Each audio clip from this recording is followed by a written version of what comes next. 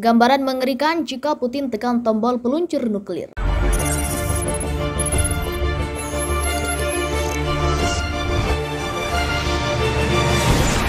Beton remuk manusia tersatu sinar gamma invasi yang dilakukan Rusia ke Ukraina masih terus berlanjut. Hal itu membuat dunia khawatir jika konflik tersebut akan meningkat menjadi perang nuklir. Pada hari Senin, Presiden Rusia Vladimir Putin mengatakan pasukan pencegahan nuklir negaranya akan ditempatkan dalam siaga tinggi. Rusia memang memiliki persediaan hulu ledak nuklir terbesar di dunia. Menurut Federasi Ilmuwan Amerika, Rusia memiliki 5.977 hulu ledak nuklir dengan sekitar 1.588 hulu ledak strategis yang dapat digunakan melalui rudal balistik. Berbicara di podcast I've Got News for You, pakar studi strategis dan pertahanan dari Australian National University, Profesor Stephen Furling berbagi wawasan tentang bagaimana kemungkinan pecahnya perang nuklir melansir news.com.au Selasa 2 Maret 2021. Profesor Furling mengatakan jika senjata nuklir dikerahkan, skala kehancurannya akan ditentukan oleh ukuran hulu ledak nuklir itu sendiri. Secara teori, dia mengatakan senjata nuklir taktis yang sangat kecil juga dapat digunakan sebagai serangan demonstrasi yang mungkin hanya akan meratakan beberapa pohon. Sangat wajar membayangkan penggunaan senjata nuklir yang dapat diandalkan dan disengaja dengan cara yang tidak membunuh siapapun dan dengan sengaja tidak membunuh siapapun, katanya. Dalam banyak hal itu sebenarnya sangat masuk akal. Namun ada tingkat ketidakpastian tentang bagaimana perang nuklir bisa terjadi. Secara historis, satu-satunya saat senjata nuklir digunakan dalam konflik adalah pada Agustus 1945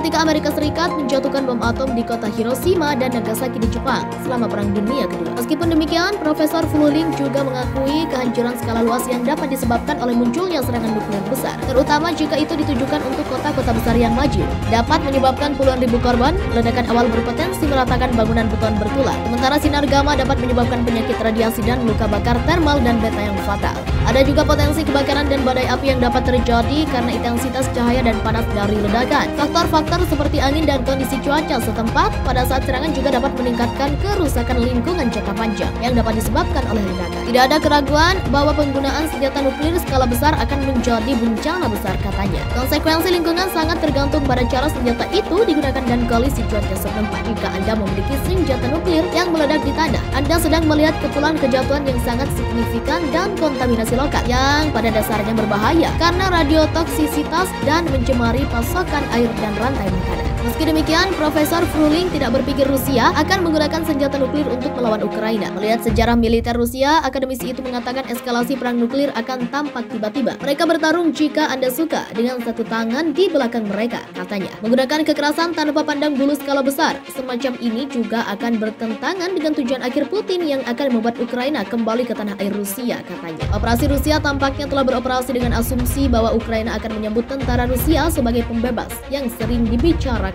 Putin, tetapi jelas tidak sesuai dengan kenyataan, kata Profesor Furling. Secara historis, Putin juga memiliki pola untuk meningkatkan tingkat siaga nuklir Rusia sebagai cara sinyal politik di tengah konflik. Itu adalah sesuatu yang dia lakukan selama konflik 2014 ketika Rusia mencaplok Crimea dari Ukraina. Itu tidak berarti bahwa mereka ingin menggunakan senjata nuklir atau semakin dekat menggunakan senjata nuklir, kata Profesor Furling. Banyak dari ini berkaitan dengan mendapatkan kembali narasi politik dalam situasi di mana hal-hal tampaknya tidak berjalan seperti yang diinginkan Rusia. Keluarkan peringatan Perang Dunia III, Rusia ancam meluncurkan nuklir pada negara yang ikut campur di Ukraina. Rusia telah mengeluarkan ancaman untuk menggunakan senjata nuklir pemusnah massal terhadap negara lain yang ikut campur terhadap serangan Rusia ke Ukraina. Hal tersebut dikatakan oleh Menteri Luar Negeri Rusia, Sergei Lavrov, dalam sebuah konferensi di Dewan Hak Asasi Manusia PBB pada Selasa 1 Maret 2022. Dirinya mengatakan bahwa Perang Dunia III dapat terjadi bila kekuatan Barat seperti Amerika Serikat, Prancis, dan Inggris ikut campur di Ukraina untuk menangani serangan Rusia. Jika Perang Dunia III pecah,